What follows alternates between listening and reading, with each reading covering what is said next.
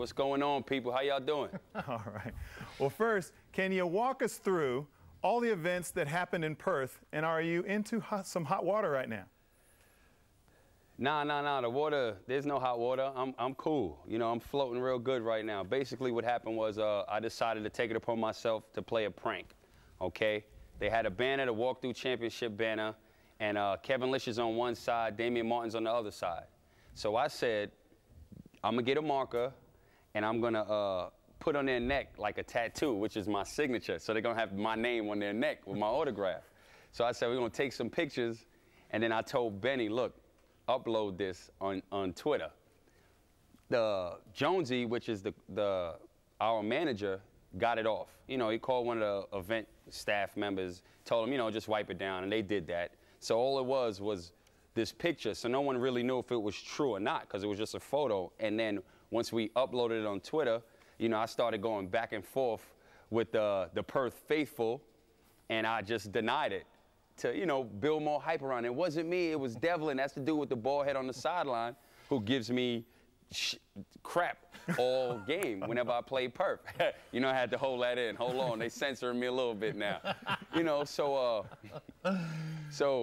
I was just going back and forth with him, and that was just to hype it up. I said, I bet you it was Devlin, that bastard. I know it was him. I know it was him. The Perth people are behind this. So I knew it would get big. I didn't know it was going to get as big as it did. And I really just played it off. Corey, and it didn't seem to really affect your performance the other night, an outstanding contribution to the Tigers. You seem to be able to handle it, but it does bring a lot of scrutiny onto the team. How have the coaching staff and the other players responded to some of your antics? I mean, to be honest with you, man, everybody, we're a team here. You know, if everybody would have told me, yo, Corey, don't do that, that's not cool, I wouldn't have done it. So with me tattooing both of those guys, obviously, you know, I mean, they didn't say, hell yeah, Corey, do it, but they like, you know, do what you do.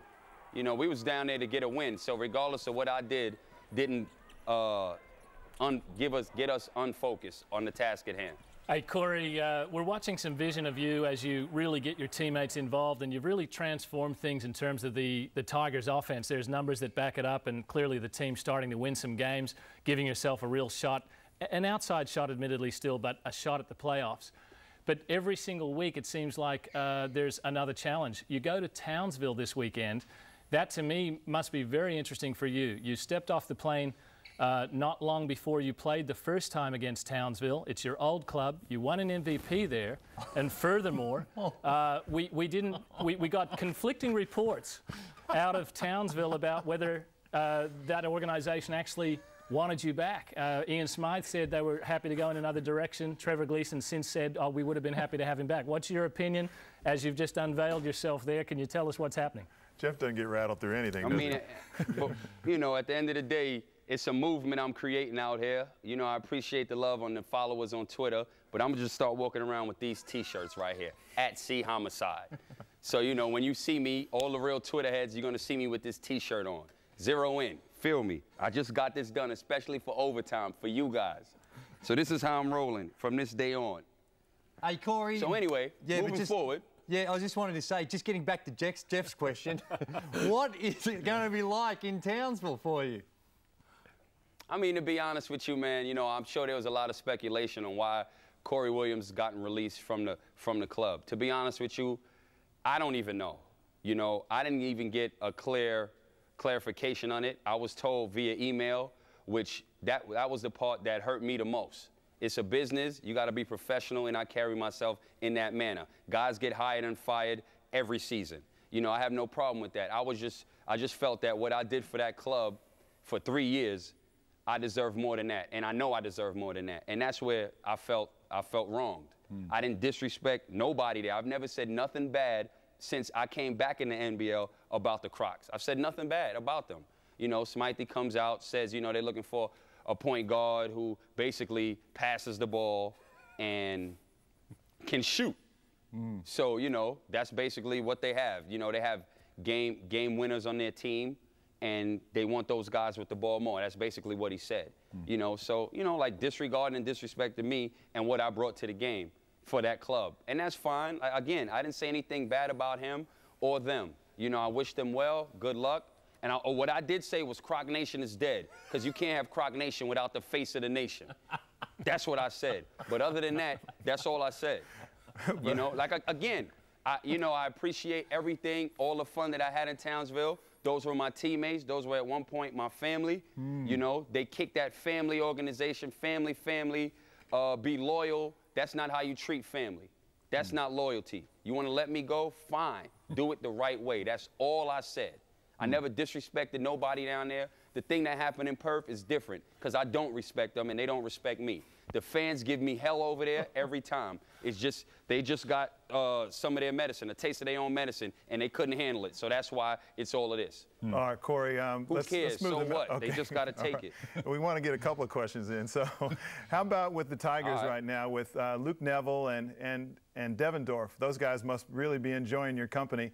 I mean, he came off a triple-double and pretty close to another one against the Wildcats. So these guys, their performances have picked up. The numbers have picked up for the Tigers. They must really be enjoying Corey Homicide Williams there. I'm telling you this, man. Before I came here, I planned and I knew this team is a good team. They just need confidence. Any team that starts off 0-6, it's going to be tough. Confidence is going to be the biggest thing lacking.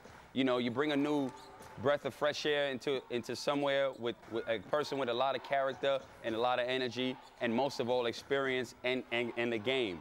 So, you know, once you bring all of that in, you get a couple of wins, now here comes confidence. Devendorf, you got to understand, this kid played at Syracuse. That is a prime-time ball player. Every week he's played better. Every week. Luke Neville, he doesn't even talk. I didn't even know that guy was Australian. I had no idea he was Australian. So, you know, I started bothering him. When I like somebody, I always bother him. You know, and I always bother him. And now he talks. He doesn't stop talking now. Now I got to tell him, shut up. You know, so, I mean, it's everything is rubbing off. And, you know, Trig is good. My bigs are good. Corletto and Tommy Greer's doing what they do. Everybody's getting confident. You know, Greer's always hitting the old boards. Dazza hit the biggest shot for us the other night in Perth. I mean, it was a great team effort. Benny Lewis came in, was real aggressive off the bench. And you got my man Lucas Waxy, at Lucas Waxy for you Twitter heads. You know, so, I mean, everybody's coming in and playing their part, and that's exactly what we're going to need. Am I saying we're going to win a championship? I'm not saying that. Am I saying I'm guaranteeing playoffs?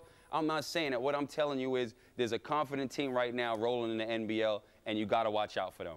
Because we're playing like our lives depend on it right now. That's all I'm telling you. All right, thanks a lot, Corey, and good luck on the Sunshine Swing this weekend.